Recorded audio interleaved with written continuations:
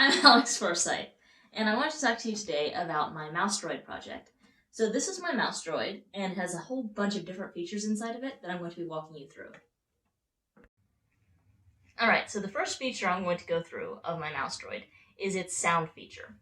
So this controller has these 4 different buttons here, and I've combined these with these 2 bumpers. So that allows me to have a total of 12 sounds. And I can have sounds from just these buttons or from a combination of these with either of the bumpers on the right side. So, for example, I can play this sound, and then if I hit the bumper and this blue X again, it's a completely different sound. And I've got 12 different sounds loaded on here, including this. And they're all different types of sounds. So I can do basically any different sound I want with any combination I want. Alright, so the second feature that I'm going to go through on this droid is its lights. So you can see one of the lights up here, but it's actually got several. So let me turn the first one on, and it's the coolest one. That's the underglow. This is just an LED light strip that's on the underside of the droid, and it just runs off of the Arduino on a signal. Then we've got the police lights, which are very bright. And as you can see, these guys pretty much act like normal police lights. You'll be able to see it coming from a while away. And then finally, the headlights, which you can kind of see shining on my leg here, which are just so that I can kind of see where I'm going with it, if this isn't enough. And then, of course, I can turn them all back off, one by one. Alright, so you might notice that I've changed the angle of the Mouse Droid slightly. That's because for this next feature, first of all, you have to be able to see the front of the robot. And secondly, I don't want to get zapped, because this feature is the Stub Gun. So, I'm only going to run it once, just so I don't run down the battery. It has a very small battery on it.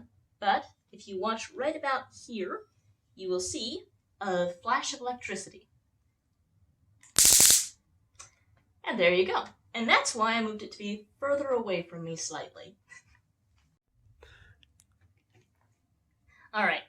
And the final feature I want to show off on this droid is its ability to move, which is really one of the most important ones, which is why I saved the best for last. So, as you can see, it can move forwards and backwards really well. You don't want to have the stun gun running while it does that. And I can also actually change the volume on this droid and the speed on it as well. Those features are harder to show in a video, so I'm just going to explain them.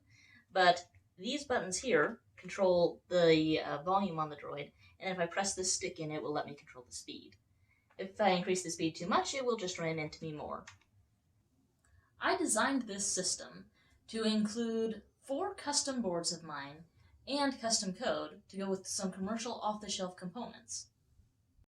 This is the overall schematic for my Mouse Droid. So this shows within the system what's wired up to what. You can kind of trace where the wires are going within this. Then we've got the switchboard. This board connects the batteries to their loads, and it also has read relays on it to allow the Arduino to control different components of the system. The shield board attaches the Arduino to the PS2 controller to allow remote control of this droid. The converter board converts 6 volts to 9.6 volts to power the police lights at the top of the droid. The amplifier board amplifies the sound signal so that the Mouse Droid can be heard from a decent distance away. And this displays the overall features of the Mouse Droid, including where all the boards are within the real system.